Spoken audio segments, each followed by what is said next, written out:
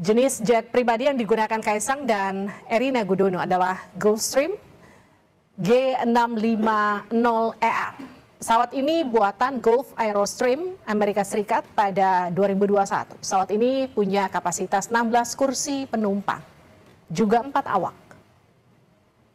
Kita estimasi biaya sewa Gulfstream $19.750 Amerika Serikat atau sekitar 307 juta rupiah per jam. Ini per jam ya. Jadi kalau dikalkulasi kira-kira dengan terbang dari Jakarta ke Philadelphia itu selama 17 jam, anggarannya biaya sewanya mencapai sekitar 8,6 miliar rupiah. Sungguh luar biasa. Jadi kalau kita tanyakan kelanjutannya bagaimana penanganan kasus ini, apakah penggunaan jet pribadi oleh Kaisang bisa tergolong dugaan kasus gratifikasi? Teman-teman, inilah yang banyak mengundang perhatian, viral di mana-mana, di mana Indonesia saat ini kondisi ekonomi masyarakat terutama tidak sedang baik-baik saja, sehingga masyarakat merasakan rasa ketidakadilan. Padahal siapa Kaisang? Kaisang bukanlah penyelenggara negara, tapi ada keterkaitan bahwa dia anak presiden, dia juga adiknya seorang wali kota atau mantan wali kota. Apakah ini gratifikasi? Dan itulah yang dilaporkan oleh koordinator masyarakat anti korupsi Indonesia, Saudara Bonyamin Sulaiman kalau tidak salah, bersama dosen dari Universitas Jakarta, Ubaidillah Badri. Mereka melaporkan Kaisang selaku keluarga dari pejabat tertinggi di Indonesia, anaknya Jokowi dan juga adiknya Gibran Rakabuming Raka. Apakah ini gratifikasi? Itu tergantung penegak hukum yang melihat, tergantung KPK juga.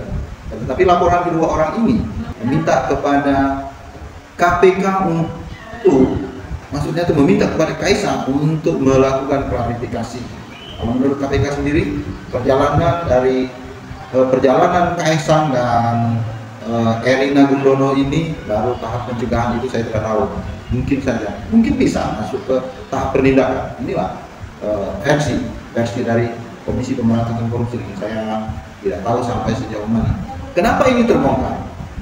Gara-gara ini loh, kebiasaan masyarakat, kondisi yang tidak baik-baik saja terkadang barangkali ya. Ada yang flexing, menunjukkan kemewahan, private jet, jalan-jalan barangkali nih dari Indonesia ke Amerika Serikat. Berapa biaya charter? Dan kenapa orang pada bingung? Bahwa ternyata ini loh kehebatan netizen Indonesia. Ternyata ditemukan adanya MOU antara pemerintah Surakarta atau wali kota yang umumnya disebut wali kota Solo dengan pihak e-commerce, dan kebetulan koran kabar yang pesawat ini memang disiapkan oleh pihak e-commerce yang melakukan MOU tersebut. Dan pesawat ini memang biasa mondar-mandir di Solo. Masyarakat yang cerdas-cerdas itu menemukan bahwa Kementerian Perhubungan tidak mendapatkan manifest dari orang-orang yang berangkat, manifest pesawat.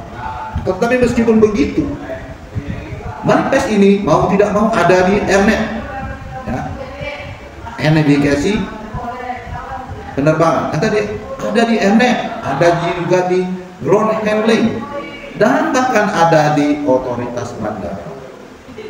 Pesawat ini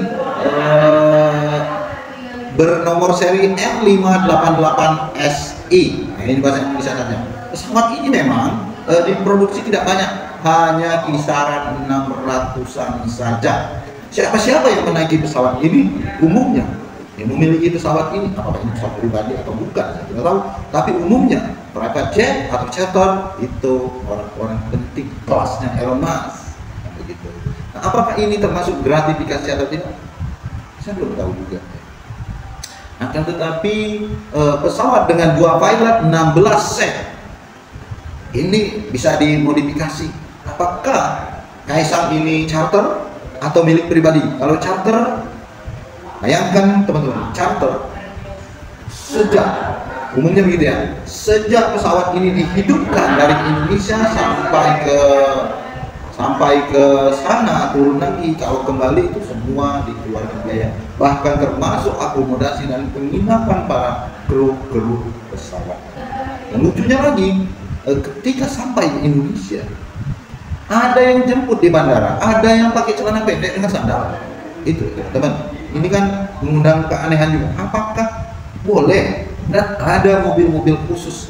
Bayangkan orang-orang yang masuk bandara itu, terutama mobil itu mungkin ya, kalau presiden mungkin boleh lah, karena dia kelas VIP. Tetapi yang masuk ke bandara dia harus memiliki pas khusus, dia juga sebagai sopir atau driver yang memiliki lisensi khusus. Nah, apakah kita boleh dengan celana pendek, pakai sandal, masuk mendekati pesawat? Nah, ini loh banyak mengundang perhatian. Tetapi intinya bahwa kebanyakan kehancuran orang-orang, baik itu orang-orang yang kemeken itu, karena dia dimulai dari flexing, dimulai dari pamer-pamer mewah. Orang akan melihat siapa, bagaimana dengan penghasilannya di mana. Kebiasaan di Indonesia ini, apabila viral itu baru bergerak, mengundang perhatian orang banyak, itu baru bergerak, baru diperiksa. Ini banyak pendapatnya. Artinya, jika ini bisa terbuka, bagaimana kepemilikan, apakah betul ada gratifikasi, maka Kaisang bisa saja dalam keadaan yang tidak nyaman. Apalagi traumatik dari masyarakat, sebagian masyarakat sejak pencalonan Gibran sebagai wakil. Ada kemungkinan Kaisang waktu itu bagaimana pilkada di daerah. Dan ini apakah betul pencharteran atau pengeluaran biaya dari private jet tersebut ini akibat kita tidak memiliki atau dianggap masyarakat kurang sense of crisis, kondisi sedang tidak baik-baik saja. Itu kalau orang-orang yang punya kemewahan, punya kedudukan, ini mungkin tidak merasakan bagaimana masyarakat mengalami krisis ya. Kita tanpa kita sadari, misalnya dolar naik sudah berapa sekarang ini, nilai tukar rupiah kita anjlok. Apakah tidak berpengaruh dengan harga-harga barang-barang impor yang kita gunakan? Itu berpengaruh. Oke teman-teman, karena situasi kantor saya sedang ramai dan suaranya cukup berisik, maka saya akhiri dulu sampai di sini. Semoga teman-teman dapat memahami apa maksudnya. Semoga kita bisa memahami kondisi krisis. Hati-hati. Di Cina, orang-orang yang flexing, orang-orang yang influencer dengan flexing kemewahan sudah diblokir. Apakah kita harus begitu?